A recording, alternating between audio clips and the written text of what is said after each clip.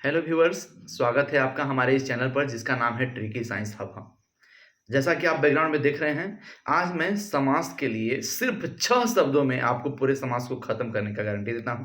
अगर आपको ये वीडियो पसंद आएगा तो लाइक सब्सक्राइब कीजिएगा, नहीं आएगा तो ना सब्सक्राइब कीजिएगा ना लाइक कीजिएगा। ठीक है, तो आप लोग बिल्कुल मात्र 6 से 7 मिनट की बात है, हो सकता है थोड़ा लंबा खींच जाए, लेकिन आपको बस 6 शब्दों पर आपको फोकस करना है, उससे आपको पूरा समास याद हो जाएगा, ये मेरी गारंटी है।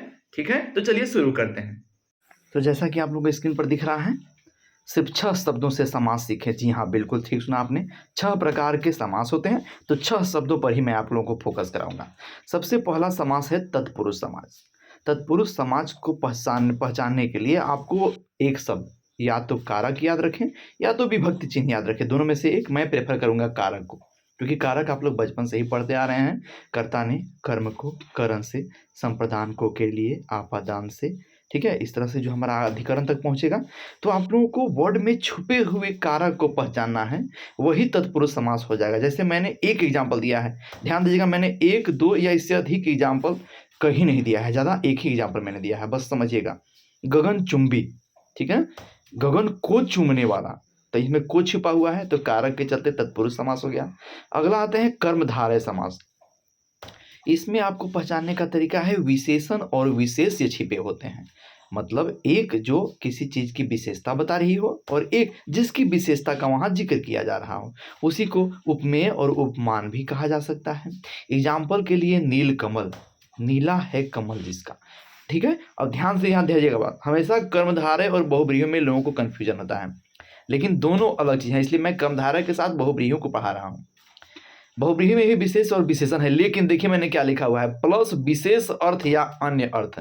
इसका क्या मतलब है, उसके एग्जाम्पल से समझिए। लंबोदर, लंबा है उधर जिसका, सेम टू सेम समास विग्रह कर्मधारय जैसा, लेकिन अर्थ तीसरा क्या निकल जाएगा। लंबोदर किसको कहते हैं, गणेश जी को, लेकिन क्या नीलकमल किसी को कहते हैं, नहीं। ठीक है, उसी तरह से हस्तवाहिनी, पुस्तक धारणी, ये सब के सब बहुव्रीहि समास है। ठीक है, अब आते हैं अव्ययी भाव के पास। इसमें पहला पद अव्यय है, तो आपको अव्यय और उपसर्ग में से कोई एक याद रखना है। जिस तरह से मैंने प्रेफर किया था कारक और विभक्ति चिन्ह के बीच कारक, उसी तरह से अव्यय और उपसर्ग के बीच मैं उपसर्ग को प्रेफर करूंगा। आप लोग को पता ही है, उपसर्ग को इंग्लिश में प्रीफिक्स कहते हैं, शब्दों के पहले लगता है। तो शब्दों के पहले लगे हुए जितने भी अंश हैं, उपसर्ग लगे हुए हैं, उनको अव्ययी भाव समास में आप लगा सकते हैं। जैसे यथासंभव, यथाशक्ति। ठीक है, तो यथा हमारा यहाँ पे क्या है, उपसर्ग है, हम लोग पकड़ लेंगे। द्वंद्व की बात करते हैं तो इसमें हाइफन लगा होगा, जो मैंने घटाव का जो सीन दिया है, साइन दिया है, सिंबल दिया है, वो हाइफन है, हाइफन लगा हुआ रहेगा दो शब्दों के बीच। दो शब्दों के बीच अर्थ में और छिपा होगा। देखिए बगल में एग्जाम्पल मैंने लिखा है, माता पिता, माता और पिता के बीच अन्न जल, राधे कृष्ण, इसमें सब में और छिपा हुआ है, माता और पिता, अन्न और जल, राधा और कृष्ण। उसी तरह से आते हैं हम लोग द्विगु समास में। इसका संस्कृत में बिल्कुल छोटा सा फॉर्मूला है, संख्या पूर्वे द्विगु। जब भी किसी भी शब्द के पहले संख्या आ जाए, अंक आ जाए, डिजिट आ जाए, तो वो द्विगु में चला जाएगा। जैसे नवरात्र, 9 दिनों का, नवरात्रों का समाहार। दशानन, 10 आनन का समाहार, आनन सर को बोलते हैं, सिर को, 10। ठीक है, पंचवटी, पंचवटी 5 वटों का समाहार। नवग्रह, 9 ग्रहों का समाहार, बिल्कुल आसान है।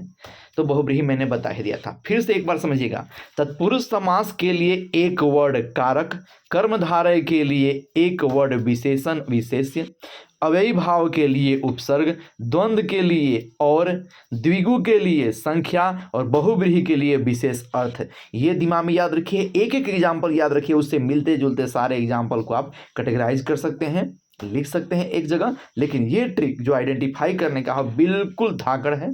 ठीक है, ये कहीं भी आपको यूट्यूब पर नहीं मिलेगा, ये मैंने खुद से मेहनत से बनाया है। आशा है आप सभी लोगों को ये वीडियो अच्छा लगा होगा। आज के बाद किसी भी एग्जाम में, आप लोगों को पता ही है कि ये 6, 7 से लेके आखिरी जॉब के आपके पढ़ाई तक, आखिरी जॉब के लिए एग्ज़ाम तक आता है हर चीज़ में।